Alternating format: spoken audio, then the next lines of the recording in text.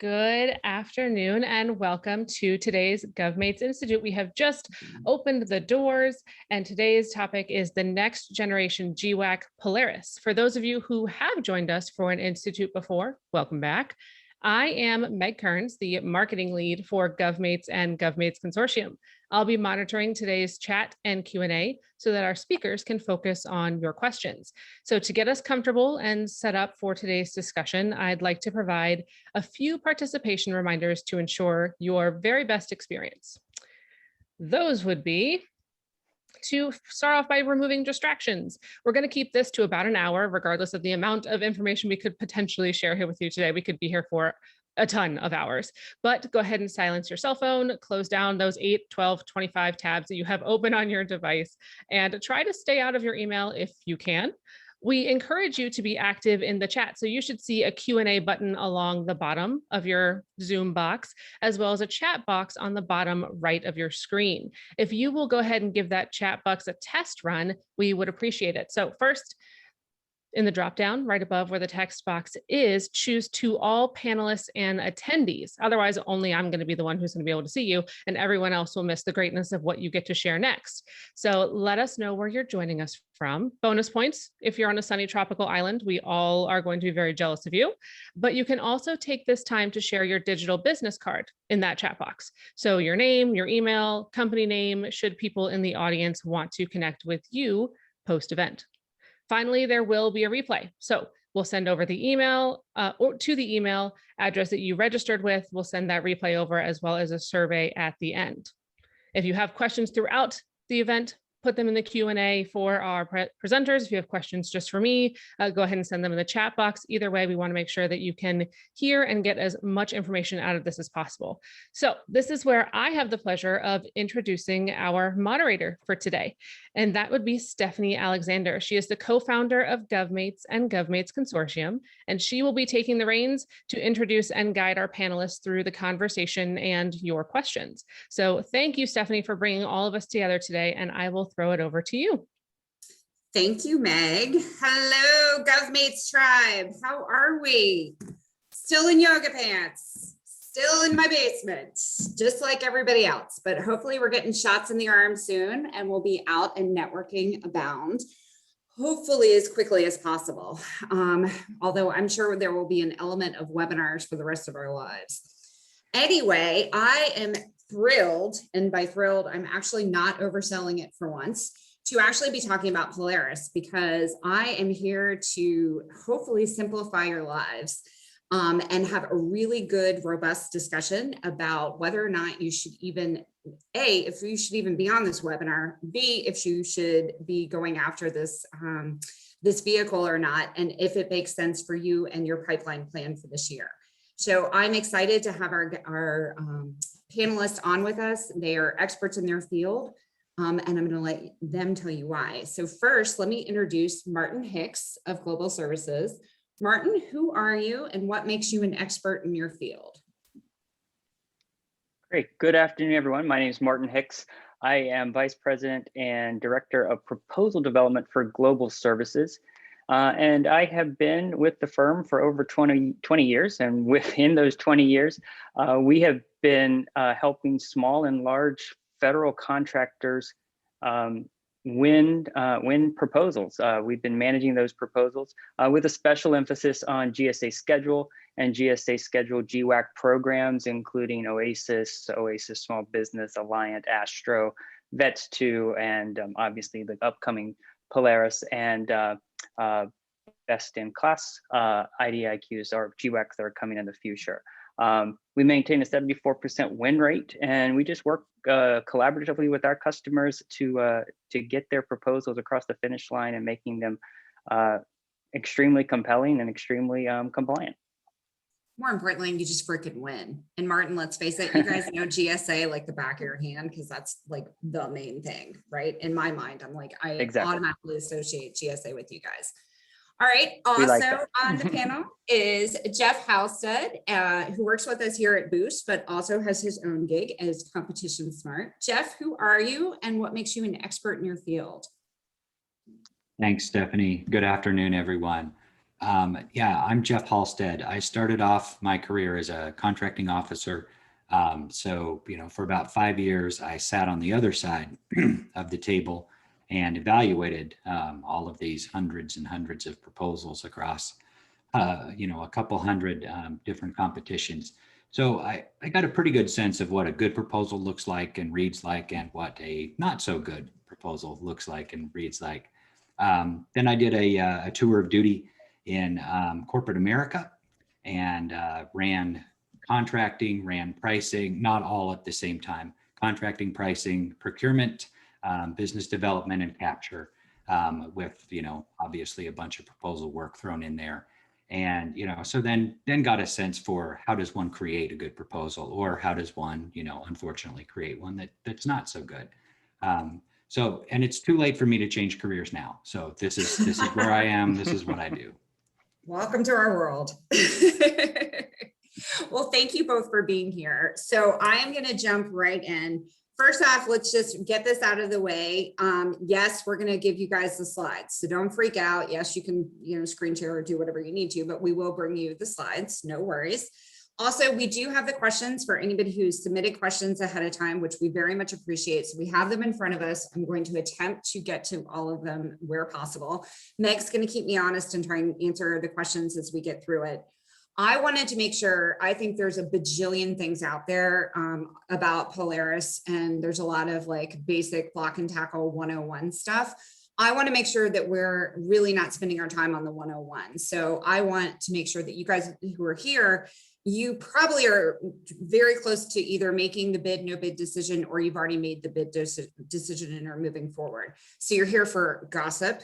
You're here to see what everybody else is doing. You're here to see how other people screw it up. And you're here to decide whether or not this is a good move for your BNP dollars this year. First off, I also want to say, side note, thank you to everybody who's currently still thinking about CIO SP4. We appreciate you guys taking an hour out of your life, and we're sorry. But let's get right into it. Martin, I want you to give us top level, like, let's go through the basics, and just in case somebody doesn't know what Polaris is about, and then we're going to get to the heart and the meat of it. So everybody stick with us. All right, Martin, hit it off. Great. So just a good quick overview of Polaris. Polaris is going to be a GSA GWAC. It is the replacement for the canceled Alliance to Small Business. Its goal is to help agencies acquire IT-based services from small businesses with a focus on, obviously, the cutting-edge technologies. The task order requirements will support government-wide IT modernization initiatives. Under its current draft RFP, which is all we have, which was released at the end of December 2020, there are going to be 3 pools: a small business pool, a woman-owned small business pool, and a hub zone pool. The primary NAICS code is in the computer design, computer systems design services, with a size standard of 30 million. It's a 5-year contract with a second 5-year option period for a total of potentially 10 years. The expected ceiling, and this is not printed anywhere, everyone's kind of guessing around 15 billion, and this is based on Alliant 2 as well as what we saw in STARS 3. So that's just sort of a guess right there. Latest from GSA in terms of, as of March, they anticipate the final RFP later in the summer at the earliest. And they are still conducting additional market research during that time. We have heard there is going to be additional information that they may put out with respect to evaluation criteria and with respect to the scorecard. And then once this gets going and awarded, there are going to be on-ramp periods planned according to the draft. So do you think we're going to see another draft out? Or do you think that it's going to be, hey, let's ask some Q&A, and then we're going to drop this bomb probably when everybody's on their final, because we finally got to go on vacation maybe this summer, right when all of you are on vacation is when it's going to drop. I promise you that. Sure. I mean, we always hoped they would put out another draft. Since they're specifically saying they're going to be putting out more information with regard to evaluation criteria and the scorecard, they could do that in the draft format. That would be what we would prefer. They could just release a copy of the draft scorecard with additional information. I don't know. I think it's kind of up in the air. But we're definitely going to get additional information before we get a final. So before we get the final. Okay. And what I heard was definitely later in the summer could, and in typical government fashion, it could slide again and again and again. Hope right. End of this year. So yeah. Calendar year, third or fourth quarter. Third. Right. I think, when this first came out in December, everyone was thinking June. But now that they're saying late summer at the earliest, obviously that's sliding. So yeah. Okay. All right. Next slide, Meg. All right. So this is not for butts and seats, really, huh? So no, the performance areas on this contract with respect to its statement of work are going to be cloud services, cybersecurity, data management, information, communications technology, IT operations and maintenance, software development, and systems design. It is an IT services contract. And then you'll see that there's that special emphasis, and you'll see when we start talking about scorecard and talking about how this works, that special emphasis is on these emerging technologies, the advanced quantitative computing, artificial intelligence, etc. Okay, so like I said, this seems a little like shinier and new. I imagine we could do a word count of how many times they use the word innovative in every proposal. Your key themes, I think. Okay, next slide, Meg. All right, let's start getting into the down and dirty here. The proposal, 6 volumes. Walk us through it. So the proposal is structured in 6 volumes. There is discussion in the draft that this will be an electronic web-based submission, maybe using the Symphony platform like the GSA used with OASIS or something similar. That has been discussed. I know a lot of the writing in the draft talks about submission of DVDs and so forth, but there's now discussion that they're going to move this to the platforms that they've used with OASIS and so forth. So we would expect more of an electronic submission that would automatically count points as you're entering information and so forth, like the Symphony system did, and that's the system they use with both OASIS as well as with Astro. It seems crazy that they wouldn't, right? Like you have. It would seem crazy for them to go backwards. Okay. Exactly. Yeah. Got it. So we'd have 6 primary volumes. You'll have the general sort of administrative type of volume. Volume 2 being sort of the meat of the document. It's your relevant experience. It's your projects. You'll have an opportunity to provide 7 primary experiences. And an additional 6 emerging technology experiences. And this is where the bulk of points will come from in the scoring. So experience, having diverse IT services contracts that meet the various points that are in the scorecard is going to be extremely important to any possibility of winning this particular bid. Then we move into past performance. Past performance, you'll pick 3 projects from your 7 that you'll submit. You must submit CPARs if you have CPARs on them. If you don't have CPARs, there'll be a past performance evaluation questionnaire that you would have collected, correct. Then we have volume 4, system certifications and clearances. And this is a variety of points assigned based on various systems that you may have, such as a DCA certified accounting system, or various certifications such as CMMI or ISO, and then of course facility clearances. So these are additional points you get for having those types of system certifications and clearances.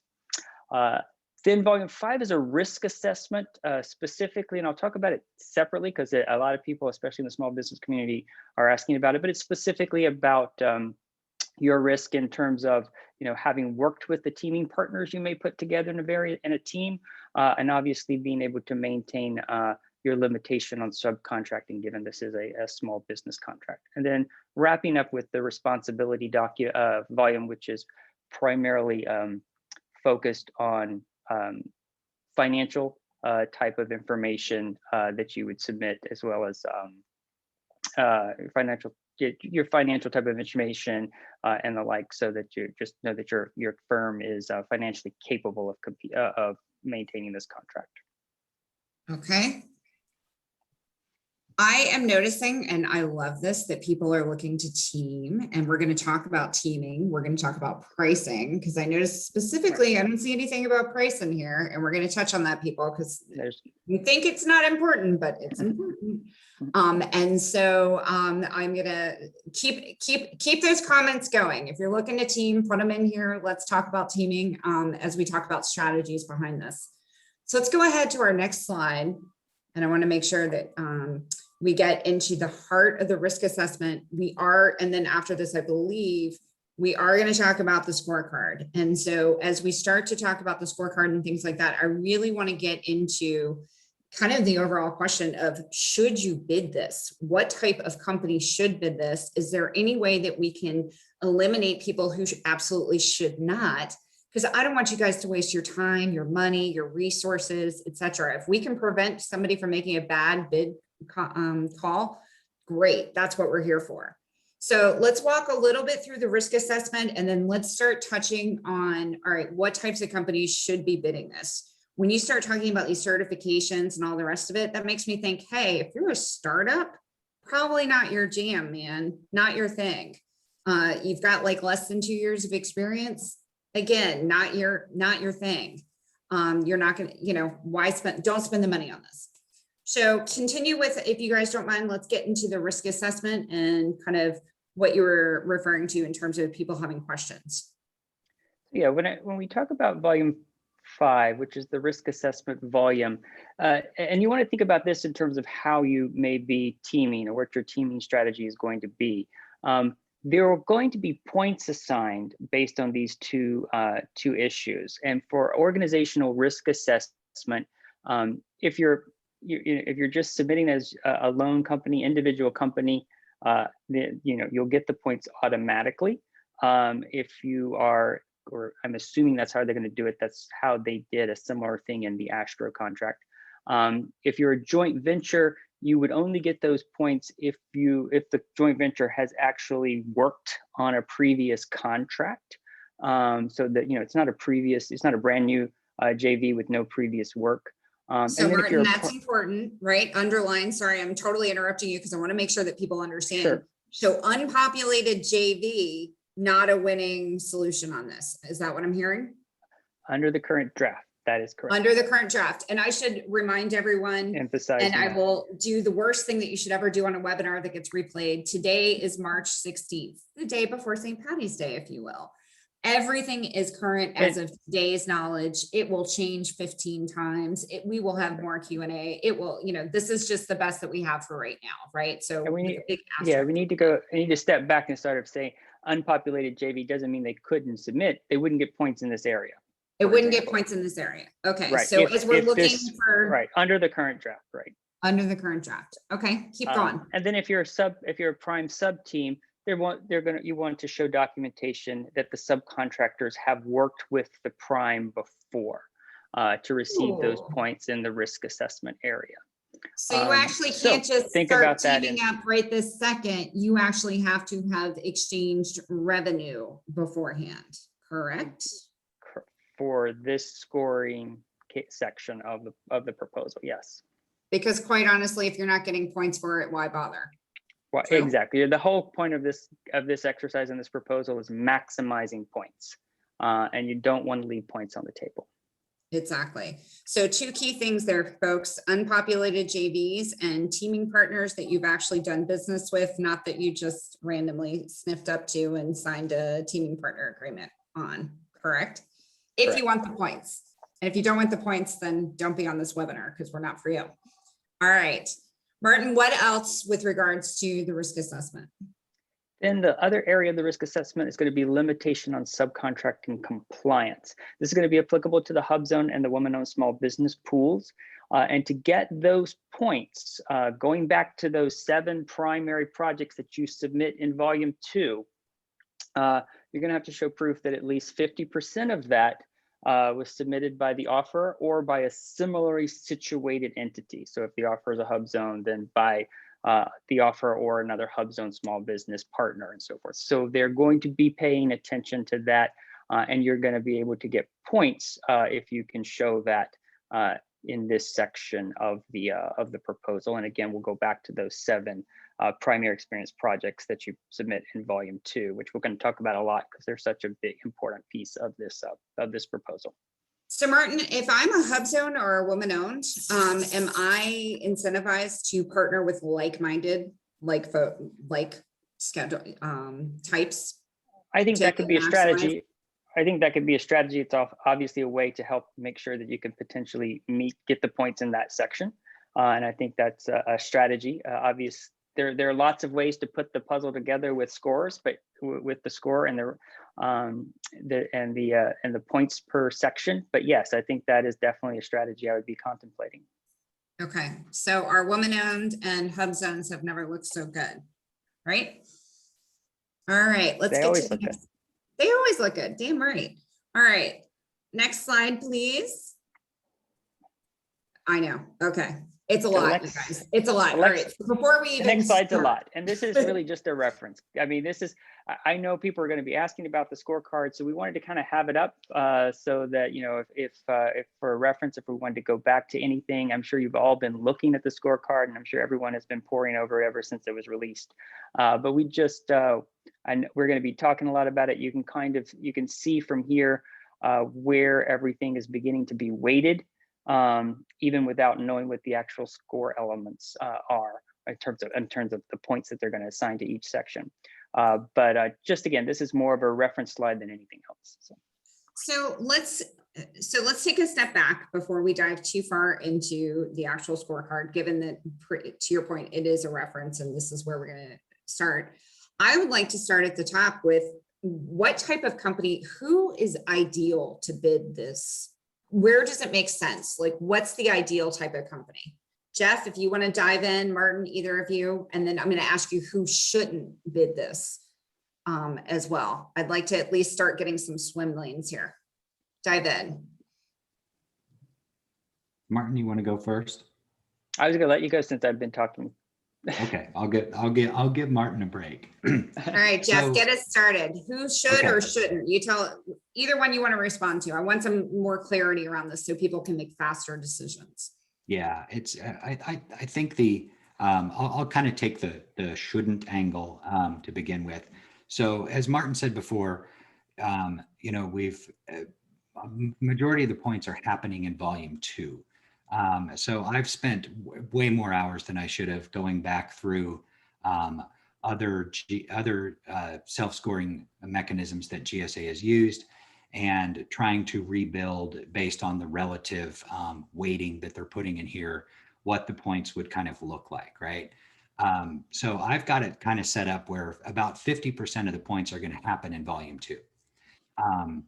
And before we talk about volume 2, I want to talk about volume 3 and volume 4, because I think those are kind of telling. So volume 3 and 4 are they're each around 22, 23% of the points in my model, maybe around 20% each. In volume 3, 3 past performances that have to be a subset of the 7 that appear in volume 2. Nobody's going to put 3 past performances in that are not top scoring, either with CPARs. And there was a question in the chat about, can I submit commercial? The answer is yes, state, local, commercial, all of that you can submit as well. You won't be able to prove it with CPAR, so you'll have to prove it with other documentation. But nobody in past performance is going to submit anything other than I'm fantastic, right? So I think a past performance is table stakes. There are no points to be gained there. There are only points to be lost. Volume 4, the systems, certifications, and clearances is really kind of the same thing. Those are pretty much table stakes. You know, there's enough time left for people to go out and get CMMIs if they don't have them. There's enough time left for people to go through third parties and get ISOs if they don't have them. The government facility clearances is one area, you know, where if you don't have that, it's pretty hard to just go say you want one. Yeah. But I think a volume 4 is almost completely table stakes. Anyone who submits and is going to be successful is going to have all the points in volume 4. Then we get back to volume 2. And in Well, hold volume on one second, Jeff. Okay. Before you even dive into that, so if you don't have the points in volume 4, is that a deciding factor? Like if you don't even have the ISO, you don't have your account. I mean, you could slam in ISO. If we're currently saying it's going to come out at the end of summer, right? Let's go through the block and tackle stuff that we can maybe achieve. You could slam in ISO. You could slam in an approved accounting system, right? What else do we have? CMMI, maybe. Yeah, go ahead. Horrible. It's going to be a horrible summer, but okay, we could do it, right?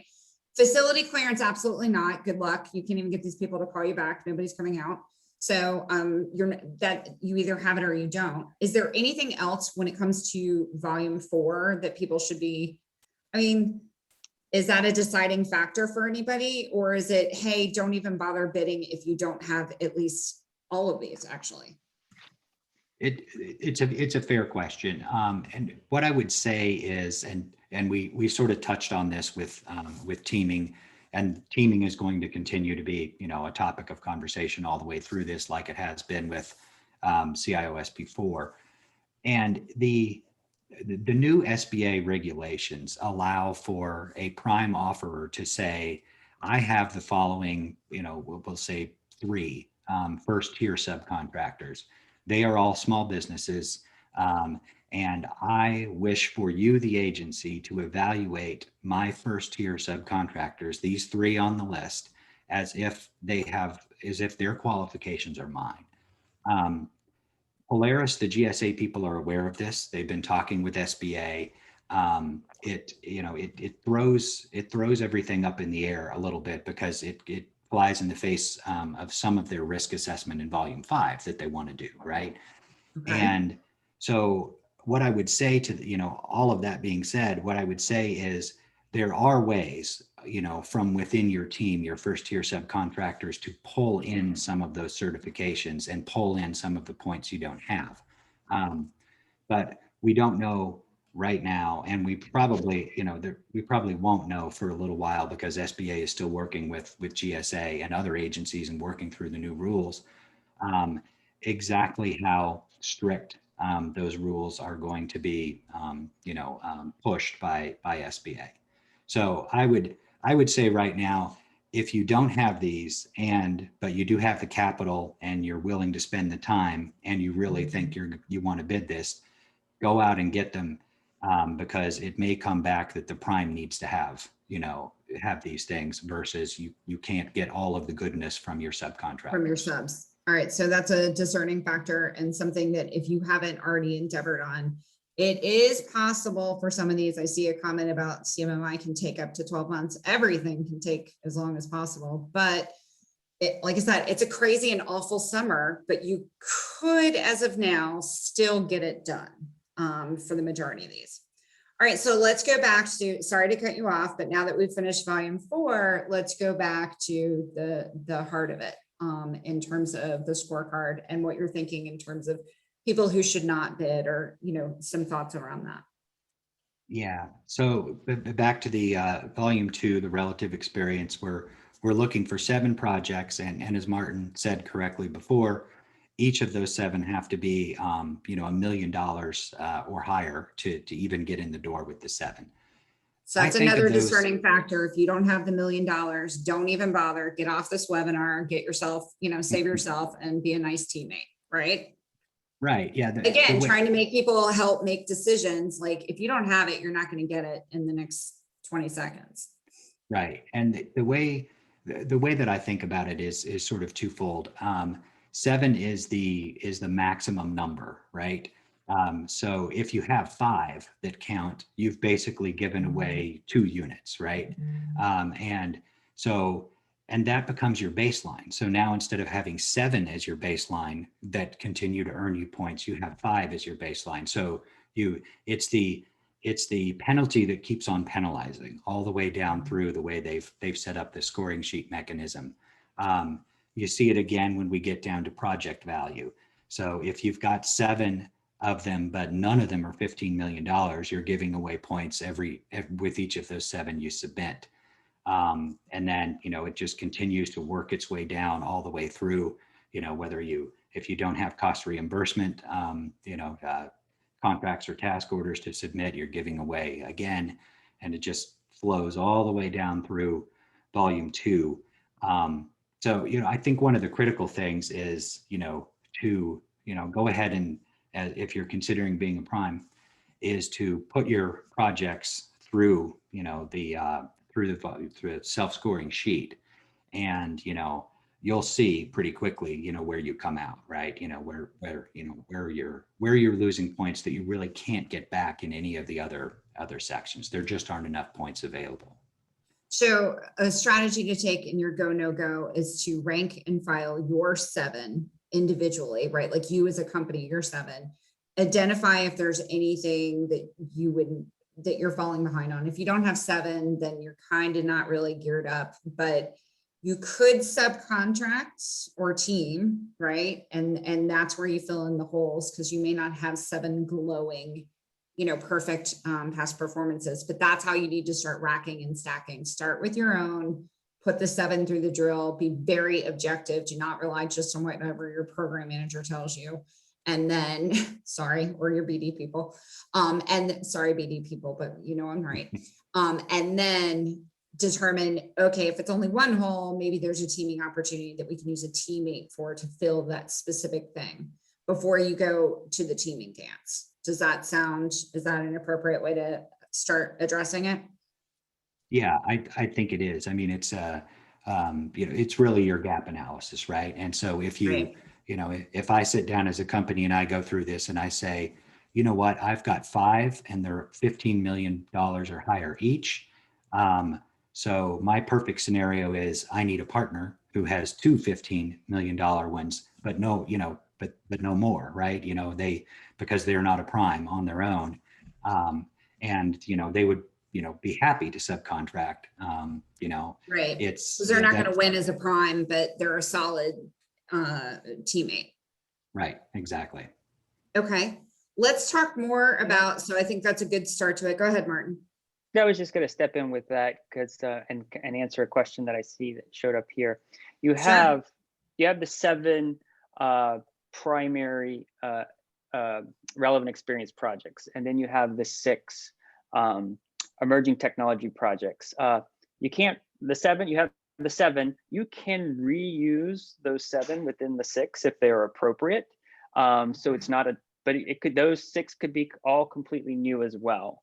So it could be a total of 13 projects, or it could be the 7, and then however you may add them to the 6 emerging, or if you may have some that are part of that 7 and some that are not. So keep that in mind. But the 7, as you see on the scorecard, have a lot of points attached to them based on various attributes, and that's where it's more important that you're really focusing on that. It's also, while you can use commercial work, you'll see that some of those attributes are slanted toward federal work, Right. whether or not it's off of a multiple award task order and things like that.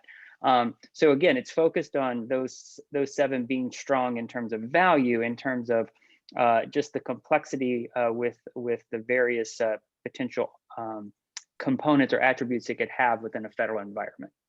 So in theory, you need 7 really bad boy, good looking contracts that you can score appropriately. And then 6 slightly sexy, really exciting AI, insert buzzword here, type of innovative technology type things to cover the waterfront. And you would be a formidable player. You probably also wouldn't be 30 freaking million. I'm just saying, right? Like if I add the numbers up, I'm like, come on, government, this doesn't work, but okay. We'll play your game. Am I doing math wrong here when I say how many points for 15 and over, and 15 times 7 is what? Not 30? I think that's one of the major comments and sets of feedback GSA is probably getting is on those dollar thresholds. Math is hard. Okay. So we've talked about, so this would also, in my mind, say, hey, if I am a smaller hub zone / woman owned / small, but like if I'm under 10 million, there's no way in hell I have the past performance to compete. Is this like a competition among these the small businesses or hub zones or women-owned that are kind of like sizing out, that are in that perfect sweet spot of 25 to 35 rolling average. And this is going to be the 5-year plan that kicks it, kicks them into the next size, I guess, or the next wave. I mean, it sounds like this is not made for $2 million GovCons. It's yeah, I would say a couple things. It's made for smaller GovCons if they can, band themselves together as a team, and if they have worked together enough as a team that they can get through, as Martin said, the volume 5 risk assessment, hurdles that have been put there. One thing we learned from CIOSP 4 or CIOSP 3 when they did the on-ramp for hub zones is they and they brought about 30 of them on, and the top 5 are really the only ones who won anything, and they did so well that they're no longer small businesses. So Right. To your point, I don't know I don't know how big of a pool there is left out there of $25 million a year hub zone small businesses. Exactly. I think GSA is going to be very surprised, right? To see that the, hub zone on my own as a prime pool is really small. I think it's going to be single digits, and then the rest of the hub zones all have to figure out a way to team together. And I don't know how many of those teams can be created, especially if GSA, wants to leave this risk assessment thing in there and say, if you haven't worked together, I don't want to talk to you. Because there probably aren't that many, teams that could be put together. That could be put together and actually work together and show that they can work together by the time that this is submitted and evaluated. So Martin, let's go back over to you. We've talked a little bit about what type of company should basically no bid this thing. Let's get a little bit more into, okay, talk to me more. I'm interested. I'm showing like I have some of these things. What type of company should, like, who's sexy from this? Who's going to be, who's really well positioned?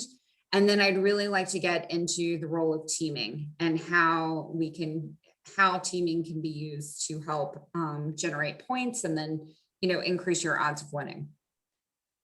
Yeah, I think obviously the high performing hub zones and women-owned small businesses that are, that are up there in, getting close to, in that 20 to 30 million dollar value are definitely, they're going to probably find it the easiest of everyone to kind of get through the scorecard.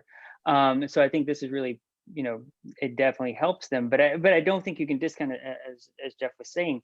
You could find a way to put those teams together that would be that would work for you. But I think it's always looking at those 7 projects, and that's the thing that stays in the back of my mind.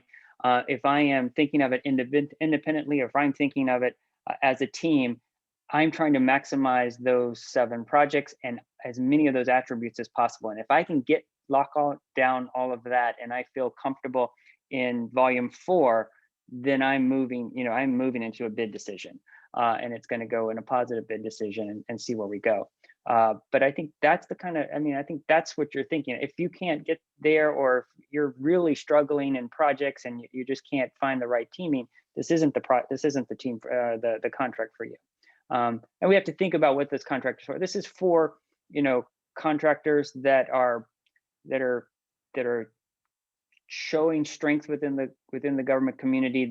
They're performing, they're winning contracts, they're teaming, they're showing obviously work across the scope, but they're also showing some growth and sophistication within their systems and within their back office. So that's what we're looking for. We're looking for I think GSA is looking for, companies that are showing some maturity and some growth within the federal sector, because that's the kind of companies that's going to be able to manage their way through the scorecard. Okay, that makes sense. So I know we have 20 minutes left, and we have a ton of questions and a ton of activity in the chat, which I appreciate. So I want to be able to start kind of getting into some of the people's questions. And first, I'd like you guys to reference a little bit, if you don't mind, hopefully you have it in front of you, the questions that we received ahead of time. In terms of, I think we've gone over the dates, but if you guys want to start talking about those and just kind of see if we can walk through as many of these as quickly as possible. I know there was a question about TBM. I don't even know what TBM stands for, I'll be honest. And so Jeff is going to take that one because clearly he knows what it stands for. But if you guys can start, let's start hitting these full on. So most important, when's this damn thing going to drop? Answer, we don't know. Shocker. But late summer is what we're thinking, right? All right, keep us going, guys. Master contracts. What are the number of master contracts per pool to be awarded? That's a good question. How many people are actually going to win this thing, do we think? Martin, do you want to start on that, or you want me to jump in? I mean, you can jump in. I have a couple of ideas, but I'll let you go, Jeff. Okay, so Alliant 2 Small Biz, 81 awards out of 493 offers received. So about 16.4% success rate on that one. Obviously, Alliant 2 Small Biz didn't go well. GSA, last summer said, okay, we throw up our hands, we're done, uncle. I think, I think they would like to have 30 to 50 hub zones. As we said before, they may be very surprised that there aren't that many offers that come in that qualify. I think they'd like to have 50 to 100 women-owned small businesses. Again, I think they may be somewhat surprised there. And then the other category is every other small, and they could get a couple hundred there. I think the most we would look at is maybe 200 to 300, awards that they could make.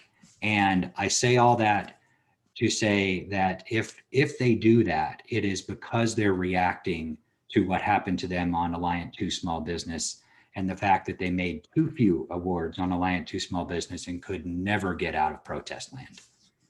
Okay. So Martin, any agree, disagree, response, counter response? No, I would agree with that. We know the number for what they were for the Alliant 2 at about 81. But also, if we look at what they did with Oasis and the number of awards they made in the Oasis Small Business and the Oasis carve out for 8A, you look at those numbers, that kind of aligns with the numbers that Jeff is saying. So I think that's probably what they're thinking. Of course, they haven't told us or given us any kind of direction there, but I think that's probably where they're headed. So. Okay. So one thing that we haven't really talked about is pricing, and that's near and dear to my heart. So Jeff, do you want to walk us down just a little bit of pricing? Because I think people are like, oh yeah, that too, right? Just throw together a rate sheet, no big deal, nobody cares, it's fine. We'll duke it out on the task order basis. So do you want to speak to that a little bit? Yeah, absolutely. So as everyone probably knows, GSA, excuse me, has said for this one that they don't intend to receive pricing and to evaluate that pricing and, to basically bless everybody's rate card.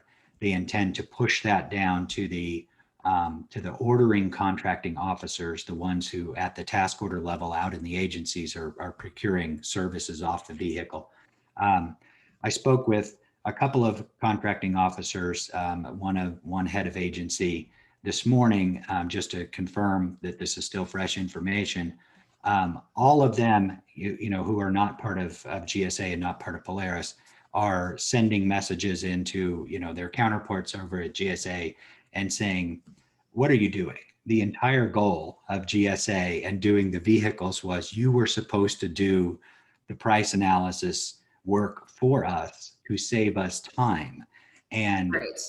Especially with T&M and cost type task orders, they have to do full price analysis and they have to do cost analysis on the cost types at the ordering level. And so they're telling GSA, you've got to relook at this. It makes no sense. Why would we pay you a contract access fee to do all the work, right? Our trade-off with you is we'll pay the contract access fee because you did some of the work for us ahead of time.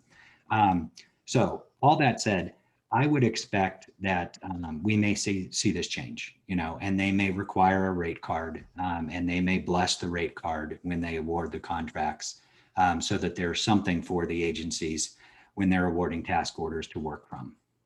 Okay, so that makes sense to be prepared to see that as a change. Yeah, I would agree. Yeah. In the final. Okay, TBM, technology business management. This was a question from the audience, so please enlighten us. Right. Yes. So TBM is a requirement. I think all agencies are supposed to be up and running sometime in 2022 on TBM. I spoke with DoD head of contracting person this morning, and what they said about TBM is, she reminded me, hey, I've been over at DoD from her previous agency. I've been here 18 months and I have never heard anyone mention TBM. And we were supposed to have it all rolled out by the end of 2020. She did confirm. 2020, man. Right. She did confirm it's real. She did confirm the agencies are supposed to do it. They know they're supposed to do it. She said it's just not a priority right now, but it will become a thing. So maybe a thing. We all know how this goes, right? The government gets a requirement. They do the minimum that they have to do, and then they push all the rest of it onto the contractors. So yeah, I would be prepared, as a contractor over the next year or two under any contracts, task order awards I have, to, submit whatever reporting I have to under TBM to support the agency's reporting requirement under TBM. Okay. It'll become real. It'll become real, just maybe not so real in the next 6 months. Speaking of real, not real. And because this is an IT services contract, and you probably see this in other IT services contracts as we move forward, they're using this as a tool to implement the Federal IT Acquisitions Reform Act. And so, as the agencies continue to implement that and to work with that, you're just going to begin to see it more. I'm obviously not an expert in that, so it's one of those things that I may have heard of but not really paid that much attention to in terms of studying it. But I think we're going to see this a lot more as we move forward. So speaking of other things that are real, not real, CMMC. Mm-hmm. What do we expect to see on that for this one? Self-certification on this one?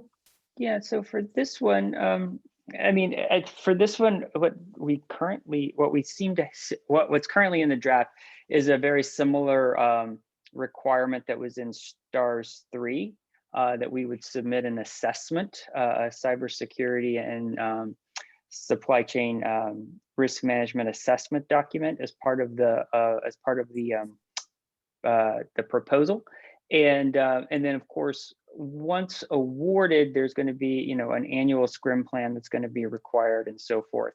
Right now, obviously, DoD is the only one granting CMMC certification, but they're in negotiations with GSA and with DHS to make CMMC process applicable across more and more of the agencies. So I think that's just going to continue to grow, and GSA and DHS are looking at what DoD is doing and what DoD pilot programs are doing there to see how they're going to implement it as well. So okay, so nothing earth-shattering on that yet.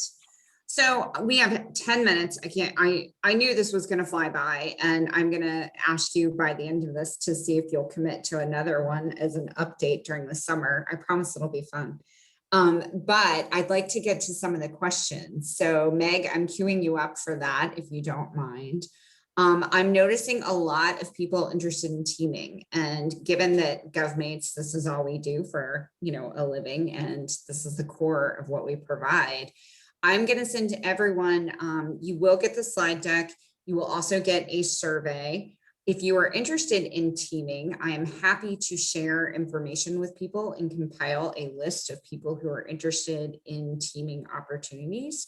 But you'll have to fill out the survey to get me to do that, because see how that works? It's fun that way. I'm going to modify the survey right after this to ask as one of the questions, are you interested in teaming? And if so, I will take your information and we'll figure out a way to kind of pollinate across all the parties. So I definitely want to help you guys out with this and see where it makes sense. Meg, what questions do we have that have come in? I know there's been a lot of activity. You tell us. Yes, there have been a couple of things that have come in. I kind of wanted to slide back a little bit earlier in the event. There are a couple of people who had asked about cost accounting systems. So having an SF 1408 pre-award certification or a CAF audit, are those okay? Or does it have to be, DCAA or DCMA in order to be counted? I believe, Meg, that they are aware, as CIOSP4 was, that they need to allow third-party, certifications, if you with air quotes around it, for accounting systems, because it's a factual impossibility for a lot of companies to go out and get a DCAA, DCMA certification unless they, have a covered contract. So I think the third party approvals will be fine. I think they're going to have to accept it. This is a near and dear to my heart with my other hat on, my day job hat Boost. We do accounting assessments and policies and procedures to prep people for the 1408. And generally what I've seen and what I've read, there's no way DCA, they don't have enough, people working there to be able to get all these through. Plus it's a need, you need it or you don't need it. So yeah, but it does take some time, folks. So please plan ahead. This is not something that you can cram in 1 week and pretend like everything's suddenly, amazing. So, all right, what other questions? I think that we've answered generally a lot because I saw several of those pop up. What else do we have, Meg? We have a question about NAICS codes that I just wanted to make sure that we popped in here. It says that the $25 to $30 million limit is very close to the small business dollar value cap. So is that do we think that's going to be pulled back after this, the second draft comes out or a new draft comes out potentially, which also goes on to the teaming piece of, do we think that the marriage of convenience bias will be removed as we go forward and find out that maybe the pool is too limited in order for them to make, a good option or have a good handle on potential award winners.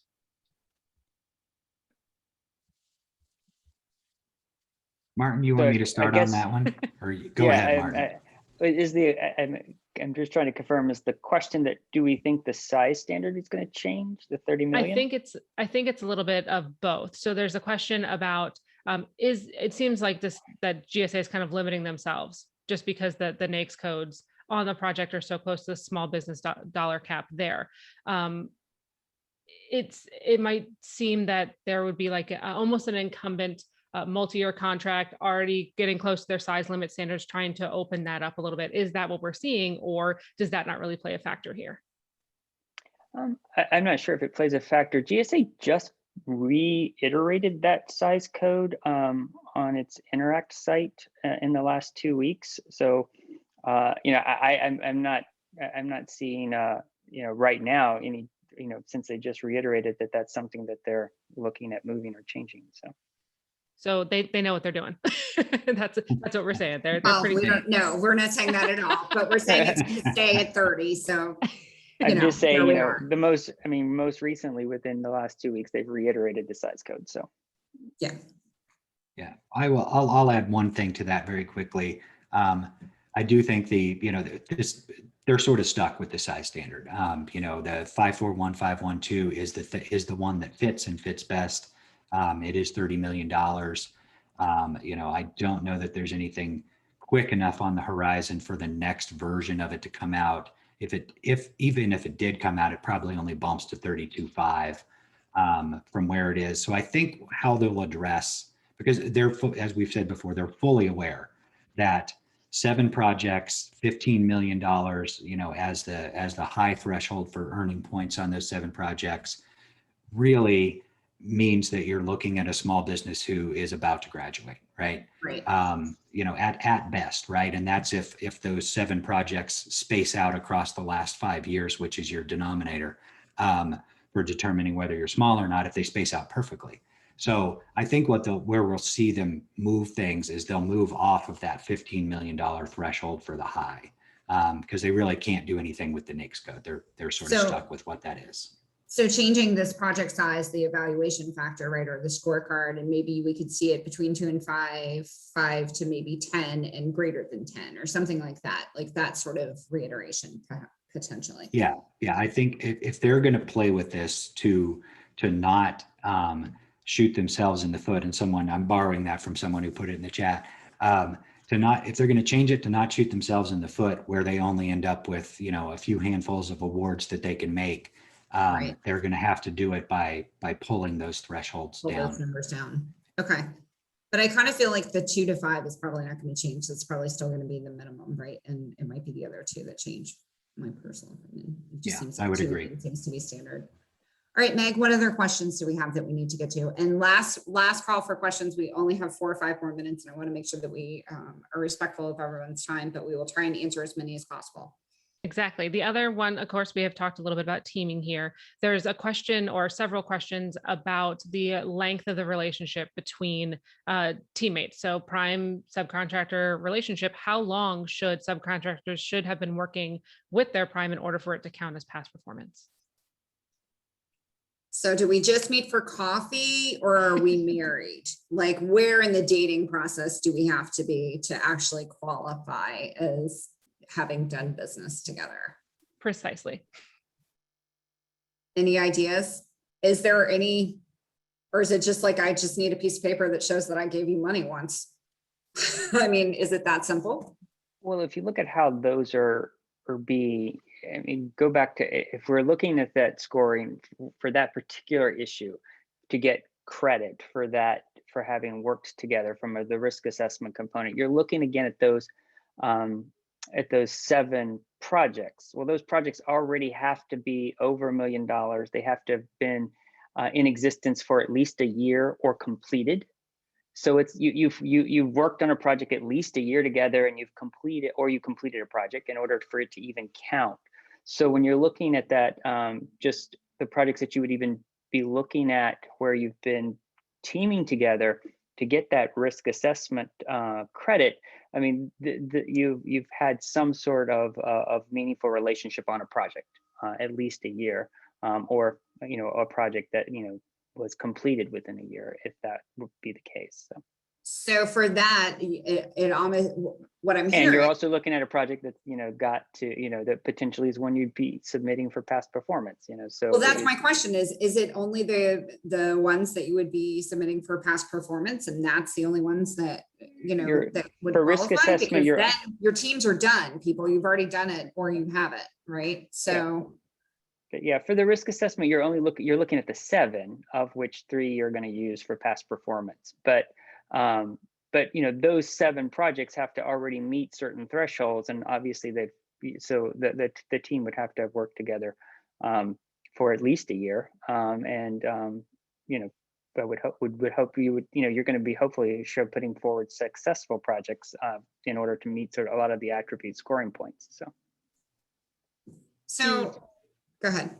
Oh, I was just saying to tack on to that, because there's a question that came in, a couple of them that just came in at the same time. I know. Can a team led by a small business, who is the prime, include large businesses as subcontractors, or must all teammates also be small businesses?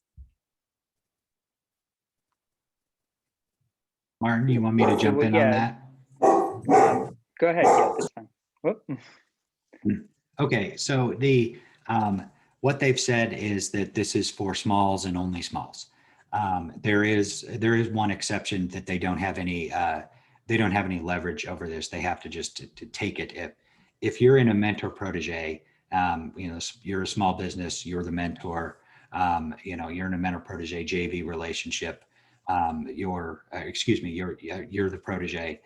Your mentor is a large business. They, under the SBA rules, they have to accept that arrangement. So, but there's also not enough time left to probably go out and create one of those if you don't already have one. Martin can correct me if I stated that incorrectly. No, that's correct. Okay. Well, you guys were at 3 o'clock somehow, and I don't know how that happened. Martin, any final thoughts? Jeff, any final thoughts? Yeah. Any last minute to leave everybody with? I see the one question about feeling like teaming may be a poor strategy. I don't think so. I think teaming is going to be essential on this bid. It's going to be, once companies are looking at this and running scenarios through the scorecard and identifying gaps, teaming is going to be the way to fill those gaps and still be, potentially viable for the contract. So I think teaming is going to be a very important strategy to this bid. And so, I don't think that teaming is a poor strategy at all for Polaris. Okay, Jeff, final thoughts on you? I will just echo that and say, run yourself through, do your gap analysis, and then, spend your time seeing if you can cobble together a team, right? If you can close all those gaps, because I think what Martin said is accurate, that for most offerers, they're going to have to be teamed for this. There are very few, small businesses, they're probably sitting at $27 million a year right now and just about to graduate and hoping that this happens quick enough that they can get in the door. That they can get it. Yeah. So good on you if you are a hub zone, a woman owned, or a small business running your run rates at 28 million. Excellent past performance and really innovative tech. This is made for you, baby. So thank you guys so much for joining us. We will send out the survey. I'm going to update a little bit based on our interaction and where we can be useful for you guys. You will get the slides and we will have a copy of this posted and you'll get that as well. So don't worry, you can rewatch this 50 times if you want to. So thanks again. We appreciate you guys showing up and have a great rest of your afternoon.